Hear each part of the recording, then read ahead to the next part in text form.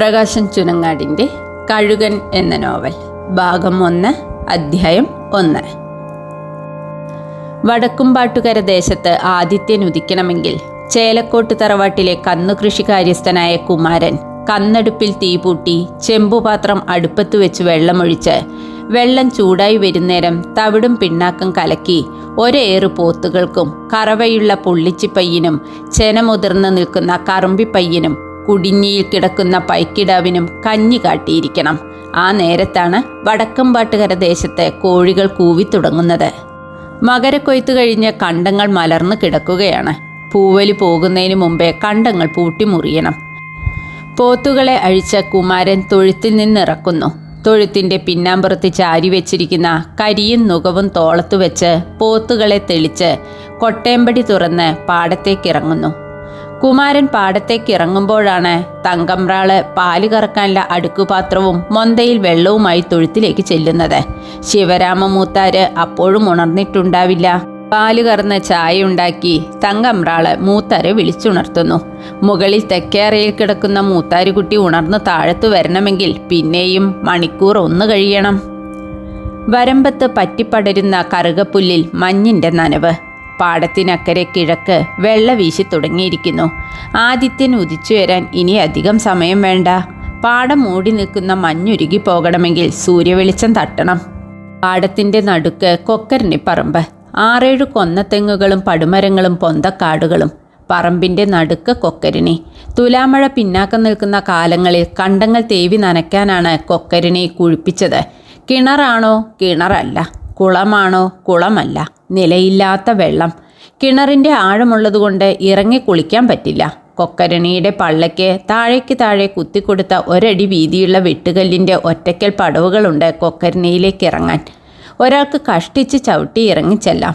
പൊന്ത കെട്ടിക്കിടക്കുന്നത് കൊണ്ട് ഒരുമാതിരിപ്പെട്ടവരാരും കൊക്കരണിയിലേക്ക് ഇറങ്ങാൻ ധൈര്യപ്പെടില്ല. ഇഴജന്തുക്കളെ പേടിക്കണം. 4-5 കൊല്ലമായി തുലാവർഷം ചതിക്കാത്തതിനാൽ കൊക്കരണിയിൽ ഏത്തം പൂട്ടി കണ്ടങ്ങൾ തേവി നനയ്ക്കേണ്ടി വന്നിട്ടില്ല. ആരും തിരിഞ്ഞു നോക്കാനില്ലാത്തതുകൊണ്ട് കൊക്കരണി ഇപ്പോൾ അനാഥമായി കിടക്കുന്നു. പാടത്തിൻ്റെ കിഴക്കേ എതിരെ കൈത്തോട്. കൊക്കരണിപ്പറമ്പ് മുതൽ തോട്ടുങ്കര വരെ ചേലക്കോട്ട് വക കണ്ടങ്ങളാണ്. ഈ കണ്ടങ്ങളാണ് പൂട്ടിമറിക്കേണ്ടത്. 20 പറ വിത്തിറങ്ങുന്ന 4 കണ്ടങ്ങൾ. പിന്നെ 50 പറയ്ക്ക് കൃഷി തെക്കേപ്പാടത്ത്. തെക്കേപ്പാടം പൂട്ടാൻ പൂട്ടുകാരെ ഏർപ്പാടാക്കിയിട്ടുണ്ട്. ഒരേറ് കന്നുകൊണ്ട് 70 പറ നിലം പൂട്ടാൻ കുമാരൻ കൂട്ടിയാൽ കൂടില്ല. ഈ 20 പറ പൂട്ടിയെത്തിക്കാൻ തന്നെ കുമാരന് 8-10 ദിവസം വേണ്ടിവരും. കുമാരനും പോത്തുകളും കണ്ടങ്ങൾ മുറിച്ചു കടന്ന് കൊക്കരണിപ്പറമ്പിനടുത്തെത്തി. പറമ്പിനോട് തൊട്ടുകിടക്കുന്ന കുണ്ടൻ കണ്ടം ആദ്യം പൂട്ടിമറിക്കാം. കന്നുകളെ കണ്ടത്തിലിറക്കി നിർത്തി. കഴുത്തിൽ നുകം വെച്ചു. നുകത്തിന് നടുവിൽ കരി കെട്ടി ഉറപ്പിച്ചു. അപ്പോഴാണ് കുമാരൻ ഓർമ്മിച്ചത്, മുടിങ്കോലെടുക്കാൻ മറന്നുപോയിരിക്കുന്നു. മുതുകത്തെ ഇടയ്ക്ക് ഓരോ പെട വീഴണം പോത്തുകൾക്ക്, എങ്കിലേ അവറ്റകൾക്ക് ഉഷാറുണ്ടാവും. കൊക്കരണിയുടെ വക്കത്ത് അടയ്ക്കാമണിയൻ മരമുണ്ട്. നമ്മുടെ പേരമരം. ഒരാൾ പൊക്കമേ മരത്തിനുള്ളുവെങ്കിലും കൊമ്പുകൾക്ക് ബലം കൂടും. അടയ്ക്കാമണിയൻ കൊക്കരണിയിലേക്ക് ചാഞ്ഞു നിൽക്കുന്നു. വക്കരത്ത് ചവിട്ടുമ്പോൾ സൂക്ഷിക്കണം. വക്കരം ഇടിഞ്ഞ് കൊക്കരണിയുടെ ആഴത്തിലേക്ക് മറിഞ്ഞു വീഴാനും മതി. കുമാരൻ അടയ്ക്കാമണിയൻ്റെ മെലിഞ്ഞ തടിയിൽ ബലമായി പിടിച്ച് കിണറ്റിലേക്ക് ചാഞ്ഞു നിൽക്കുന്ന കൊമ്പിൻ്റെ അറ്റം പിടിച്ച് വളച്ചൊടിക്കാൻ ശ്രമിച്ചു. കൊക്കരണിയിൽ ഇപ്പോഴും 2 ആൾക്ക് വെള്ളമുണ്ടല്ലോ എന്ന് അതിശയിക്കുകയായിരുന്നു കുമാരൻ. വെള്ളത്തിൽ വെളുത്ത നിറത്തിൽ എന്തോ പൊങ്ങിക്കിടക്കുന്നത് കുമാരൻ കണ്ടു. മരണപ്പെട്ട ആരുടെയെങ്കിലും വിരിപ്പോ പുതപ്പോ ഉടുമുണ്ടോ ഇതിനകത്ത് കൊണ്ടിട്ടതായിരിക്കും. ഒന്നുകൂടി സൂക്ഷിച്ചു നോക്കിയപ്പോൾ കുമാരൻ്റെ വയറൊന്നു കാളി. തല പെരുത്തു. ശവമാണല്ലോ വെള്ളത്തിൽ പൊങ്ങിക്കിടക്കുന്നത്. കൊക്കരണിക്ക് ആഴമേറെയുണ്ടെങ്കിലും പുല്ലും ചെടികളും വളർന്ന കാഴ്ച തടസ്സപ്പെടുത്തുന്നുണ്ടെങ്കിലും കുമാരൻ വ്യക്തമായി തന്നെ കണ്ടു. അതൊരു പെണ്ണിൻ്റെ ശവമാണ്. കമിഴ്ന്നാണ് കിടക്കുന്നത്. വെളുത്ത മുണ്ട്, ചെമപ്പ് നിറത്തിലുള്ള ബ്ലൗസ്, കറുത്ത മുടി കെട്ടഴിഞ്ഞ് വെള്ളത്തിൽ പടർന്നിരിക്കുന്നു. എൻ്റെ ഭഗവതി, ഈ പെണ്ണ് കൊക്കരണിയിൽ ചാടി ചത്തതാണോ? അതോ ആരെങ്കിലും തല്ലിക്കൊന്ന് കൊണ്ടുവന്നിട്ടതോ? കുമാരൻ്റെ ദേഹം വിറകൊണ്ടു. കാലുകൾക്ക് ബലം കുറഞ്ഞു. കൊക്കരണിയുടെ വക്കിൽ നിന്ന് മാറി കുമാരൻ കൈ 2ഉം കുത്തി പിന്നാക്കം ചാഞ്ഞിരുന്നു. എത്ര നേരം അങ്ങനെ ഇരുന്നുവെന്ന് കുമാരൻ അറിഞ്ഞില്ല. കണ്ടത്തിൽ പൂട്ടിക്കെട്ടി നിർത്തിയ പോത്തുകൾ കുമാരനെ കാത്തുനിന്നു. കാണാഞ്ഞപ്പോൾ തല കുലുക്കി. കഴുത്തിൽ മുറുകെ കിടക്കുന്ന നുകമൊന്ന് അഴിച്ചു കിട്ടിയെങ്കിലെന്ന് അവറ്റകൾ വെറുതെ ആശിച്ചു. വരമ്പത്ത് ഉണങ്ങിയ കറുകപ്പടർപ്പുകളിൽ പച്ചനാമ്പ് കിളിർത്തു നിൽക്കുന്നത് പോത്തുകൾ കൊതിയോടെ നോക്കി നിന്നു. പേടിയും വേവലാതിയും ഒന്നാറിക്കിട്ടിയപ്പോൾ കുമാരൻ എണീറ്റു. കൊക്കർണിയിലേക്ക് ഒന്നുകൂടി എത്തി നോക്കാൻ കുമാരന് ധൈര്യമുണ്ടായില്ല. പാടത്തെ വിളിപ്പാടകലങ്ങളിൽ കന്നുപൂട്ട് തുടങ്ങിയിട്ടുണ്ട്. പൂയ്! കുമാരൻ കൂവി വിളിച്ചു. പലവട്ടം കുമാരൻ്റെ കൂക്കിന് മറുകൂക്ക് കിട്ടിക്കൊണ്ടിരുന്നു. പൂട്ടിക്കെട്ടിയ കന്നുകളെ കണ്ടങ്ങളിൽ തന്നെ നിർത്തി പൂട്ടുകാർ കൊക്കർണി പറമ്പിലേക്ക് ഓടിയെത്തി. എന്താ കുമാരേട്ടാ? ഓടി വന്നവർ കുമാരേട്ടൻ്റെ നിൽപ്പ് കണ്ട് അതിശയപ്പെട്ടു. കുമാരൻ കൊക്കർണിയിലേക്ക് വിരൽ ചൂണ്ടി. ഓടിക്കൂടിയവർ കുമാരനോടൊപ്പം കൊക്കർണിയോളം ചെന്നു. അവർ കൊക്കർണിയിലേക്ക് എത്തി നോക്കി. ഒരു പെണ്ണിൻ്റെ ശവം വെള്ളത്തിൽ കമിഴ്ന്നു കിടക്കുകയാണ്. എന്തു പ്രായം വരും, എവിടത്തുകാരിയാണ് എന്നൊന്നും നിരൂപിക്കാൻ അവർക്ക് കഴിഞ്ഞില്ല. ഇനിയിപ്പോൾ എന്താണ് ചെയ്യേണ്ടതെന്ന് അവർ പരസ്പരം ചോദിച്ചു. നമുക്ക് ശിവരാമ മൂത്താരെ വിവരം അറിയിക്കാം. കുമാരൻ തന്നെയാണ് പോംവഴി കണ്ടത്. മൂത്താരുടെ പറമ്പിലാണല്ലോ കൊക്കരണി. അപ്പോൾ മൂത്താരല്ലേ ഇക്കാര്യം ആദ്യം അറിയേണ്ടത്. അങ്ങനെ തന്നെയെന്ന് മറ്റുള്ളവർ ശരിവെച്ചു. കുമാരൻ ചേലക്കോട്ടേക്ക് ഓടി. കൂട്ടത്തിലുണ്ടായിരുന്ന ശങ്കരൻകുട്ടി കണ്ടത്തിൽ പൂട്ടിക്കെട്ടി നിർത്തിയിരുന്ന പോത്തുകളുടെ കഴുത്തിൽ നിന്ന് കരിയും നുകവും അഴിച്ചെടുത്ത് വരമ്പത്ത് ചാരി വെച്ചു. മിണ്ടാപ്രാണികൾ അത്യാഹ്ലാദത്തോടെ പുൽനാമ്പുകൾ കാർന്നുകൊണ്ട് പാടത്ത് അലഞ്ഞു നടന്നു. ഭാഗം 1 അധ്യായം 2. കുമാരൻ വലിയ വരമ്പത്തുകൂടി ഓടി വരുന്നത് ശിവരാമ മേനോൻ കോലായിലിരുന്ന് കണ്ടു. മേനോൻ വർത്തമാന പത്രം വായിക്കുകയായിരുന്നു. 2 ദിവസം മുമ്പത്തെ പത്രമാണ് തപാശിബായി കൊണ്ടുവരുന്നത്. പത്രം മടക്കി വെച്ച് ശിവരാമ മേനോൻ മുറ്റത്തേക്ക് ഇറങ്ങിച്ചെന്നു. പടിപ്പുര കടന്ന് കുമാരൻ മുറ്റത്തെത്തി. എന്താ കുമാരാ, എന്തു പറ്റി? കുമാരൻ കിതയ്ക്കുകയാണ്. വാക്കുകൾ പുറത്തു വരുന്നില്ല. കുമാരൻ്റെ കിതപ്പ് മാറുന്നതുവരെ മേനോൻ കാത്തുനിന്നു. പറയ് കുമാരാ, എന്തുണ്ടായത്? മൂത്താരെ, നമ്മുടെ കൊക്കർണിയിൽ ഒരു പെണ്ണിൻ്റെ ശവം പൊങ്ങിയിരിക്കണു. ശിവരാമ മേനോൻ ഞെട്ടിത്തരിച്ചു. ഏതാ പെണ്ണ്? അറിയില്ല, മുഖം കാണാൻ പറ്റിയില്ല, കമിഴ്ന്ന് കിടക്കുക. നീ ഒരു കാര്യം ചെയ്യേ, തെക്കേപ്പാട്ട് പോയി അച്ചേട്ടനെ വിവരം അറിയിക്കേ. കൊക്കർണിപ്പറമ്പിലേക്ക് വരാൻ പറ. ഞാൻ ഉണ്ടാവും അവിടെ. പോലീസിൽ അറിയിക്കേണ്ടി വരും. ഏതിനും അച്ചേട്ടൻ വരട്ടെ, എന്നിട്ട് നിശ്ചയിക്കാം. അച്ചേട്ടൻ ദേശത്തെ അധികാരിയാണ്. തൊഴുത്തു നിൽക്കുന്നതിനപ്പുറം വളപ്പിൻ്റെ വടക്ക് കിഴക്കേ മൂലയ്ക്കാണ് കുളം. മേനോൻ കുളത്തിലേക്ക് നടന്നു. ഓലോലം മുങ്ങി നിവർന്ന് തലയും മേലും തുവർത്തിയെന്ന് വരുത്തി തളത്തിലേക്ക് ചെന്നു. തങ്കം, കഞ്ഞി വിളമ്പ്, എനിക്കൊന്ന് പാടത്ത് പോകണം. ഇത് പതിവുള്ളതല്ലല്ലോ. കന്നിനെ കുമാരനല്ലേ കൊണ്ടുപോയിരിക്കുന്നത്. എന്താണാവോ ഇപ്പോഴും ഇങ്ങനെ തോന്നാൻ? ഏട്ടൻ്റെ മുഖത്ത് പരിഭ്രമമുണ്ട്. എന്തോ അരുതാത്തത് സംഭവിച്ചിട്ടുണ്ട്. എന്താ കാര്യം? വിശേഷിച്ചൊന്നുമില്ല, വന്നിട്ട് പറയാം. തങ്കമ്മ കഞ്ഞി വിളമ്പി. തേങ്ങ ചുട്ടരച്ച ചമ്മന്തി നേരത്തെ ഉണ്ടാക്കി വെച്ചത് നന്നായി. 4-5 പ്ലാവില മാത്രം മുക്കി കുടിച്ച് ശിവരാമ മേനോൻ എണീറ്റു. മുഴുവൻ കുടിക്കാതെ? മതി. നീലക്കരയൻ വലിയ മുണ്ടുടുത്തു. കുപ്പായം വേണ്ട, ഒരു തോർത്തു മാത്രം ചുമലിലിട്ടു. കിഴക്കേ കോലായിലെ വളയത്തിൽ തൂക്കിയിട്ട കാലം കൂടെ എടുത്ത് മേനോൻ പടിപ്പുര കടന്ന് പാടത്തേക്കിറങ്ങി. അകലെ പാടത്തിൻ്റെ നടുക്ക് കൊക്കർണിപ്പറമ്പ്. പാടം തേവി നനയ്ക്കേണ്ടി വരുമ്പോൾ മാത്രമാണ് കൊക്കർണിയെ അന്വേഷിക്കുന്നത്. കുറച്ചു കൊല്ലങ്ങളായി കാലവർഷം ചതിക്കാത്തതുകൊണ്ട് അങ്ങനെ ഒരാവശ്യം വരാറില്ല. ഇപ്പോഴിതാ കൊക്കർണി പ്രശ്നക്കാരിയായിരിക്കുന്നു. ആരുടെ ശവമായിരിക്കും കൊക്കർണിയിൽ പൊങ്ങിക്കിടക്കുന്നത്?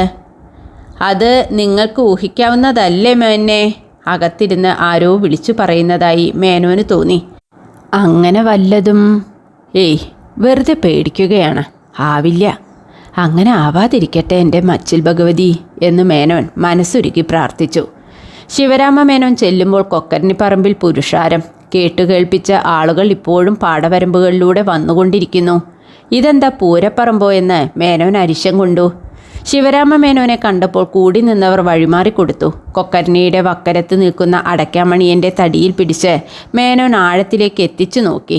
കുമാരൻ പറഞ്ഞത് ശരിയാണ്, ഒരു പെണ്ണിൻ്റെ ശവം. കൊക്കർണിയിൽ നിന്ന് അകന്നുമാറി ഒരു പാറക്കല്ലിൽ ശിവരാമ മേനോൻ തളർന്നിരുന്നു. ആശ്രയത്തിന് കാലൻകുട മണ്ണിൽ കുത്തിപ്പിടിച്ചു. എന്തൊക്കെ പുക്കാറാണ് ഈശ്വര ഇനി ഉണ്ടാവാൻ പോകുന്നത്? ആകെ ബഹളമയം. ഊഹങ്ങളും അനുമാനങ്ങളും തർക്കങ്ങളും നടക്കുന്നുണ്ട്. ആളുകൾ അക്ഷമരാണ്. ശവം കൊക്കർണിയിൽ നിന്ന് കയറ്റുന്നത് കാണണം. അതാരുടേതാണെന്ന് അറിയണം. അധികാരിയെ കൂട്ടിക്കൊണ്ടുവരാൻ കുമാരൻ പോയിട്ടുണ്ടെന്ന് കേട്ടപ്പോൾ ആളുകൾ അടങ്ങി നിന്നു. അധികാരി നിശ്ചയിക്കും എന്താണ് ചെയ്യേണ്ടതെന്ന്. പോലീസിൽ അറിയിക്കണമെങ്കിൽ അധികാരി പറയണം. വേണ്ട എന്നാണെങ്കിൽ വേണ്ട. അധികാരിയുടെ സമ്മതം കൂടാതെ ദേശത്ത് പോലീസ് വരില്ല. അതാണ് കീഴ്വഴക്കം. എന്നുവെച്ച് കൊലപാതകം നടക്കുകയാണെങ്കിൽ അധികാരി കൈകാര്യം ചെയ്യുമെന്നല്ല, അധികാരി പോലീസിനെ വരുത്തിയിരിക്കും.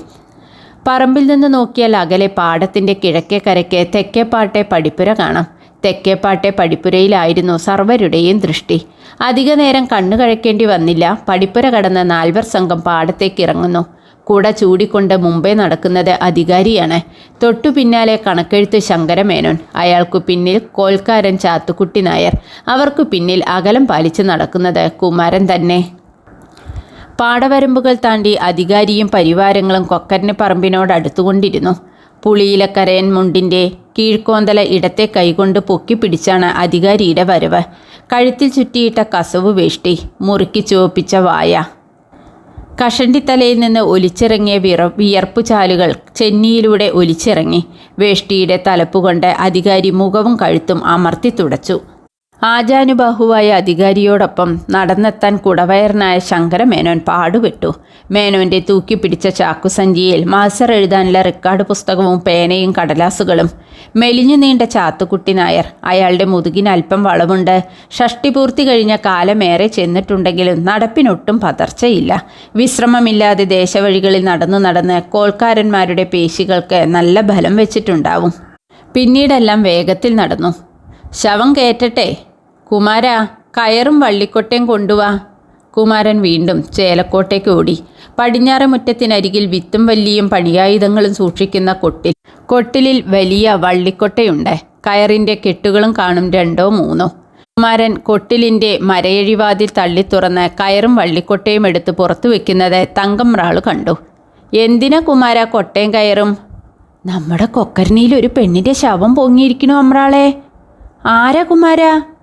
അറിയില്ല, അധികാരി യജമാൻ എത്തിയിട്ടുണ്ട്. ശവം കരയ്ക്ക് കയറ്റണം, അതിനാ ഈ കൊട്ട. കുമാരൻ പടിപ്പുര ഇറങ്ങിപ്പോകുന്നത് തങ്കമ്മ ഇമവെട്ടാതെ നോക്കിക്കൊണ്ടു നിന്നു. കുളത്തിൻ്റെ കരയ്ക്ക് നിന്ന് പല്ല് തേക്കുകയായിരുന്നു ശേഖരൻകുട്ടി. അകലെ കൊക്കരനി പറമ്പിൽ ആളുകൾ കൂടി നിൽക്കുന്നത് ഇവിടെ നിന്നാൽ കാണാം. അവൻ ഉറക്കമുണർന്ന് താഴേക്ക് വരുമ്പോഴേക്കും അച്ഛൻ ധൃതിപ്പെട്ട് പാടത്തേക്ക് പോയിരിക്കുന്നു. കഞ്ഞി പോലും കുടിക്കാതെയാണ് അച്ഛൻ പോയിരിക്കുന്നതെന്ന് അമ്മ പരിഭവം പറയുന്നു. ഇതൊന്നും തന്നെ സംബന്ധിക്കുന്ന കാര്യങ്ങളല്ലെന്ന മട്ടിൽ ശേഖരൻകുട്ടി നിത്യകർമ്മങ്ങൾ മുറ പോലെ കഴിച്ചു. കുളിച്ചു വന്നപ്പോഴേക്കും നെയ്യിട്ട കഞ്ഞിയും തേങ്ങാ ചമ്മന്തിയും പപ്പടം ചുട്ടതും മുന്നിൽ. നീ പോണില്ലേ? എവിടേക്ക്? കൊക്കരനി പറമ്പിലേക്ക്. എന്താ അവിടെ? കൊക്കരനിയിൽ ഒരു ശവം പൊങ്ങിയിരിക്കണു. പോവാം എന്ന് ഒഴുക്കൻ മട്ടിൽ പറഞ്ഞ് കഞ്ഞി കുടിച്ച് ശേഖരൻകുട്ടി മുകളിലേക്ക് കയറിപ്പോയി. കുമാരൻ വരുന്നതും കൊട്ടയും കയറുമായി മടങ്ങിപ്പോകുന്നതും അവൻ തെക്കേ അറയുടെ ജനലഴികളിലൂടെ കണ്ടു. അന്വേഷിക്കാൻ പോയില്ല എന്ന് മാത്രം. പ്രകാശൻ ചുനങ്ങാടിൻ്റെ കഴുകൻ എന്ന പ്രേത നോവലിലെ 1ാമത്തെ ഭാഗത്തിലെ 2ാമത്തെ അധ്യായം ഇവിടെ അവസാനിക്കുന്നു. നന്ദി.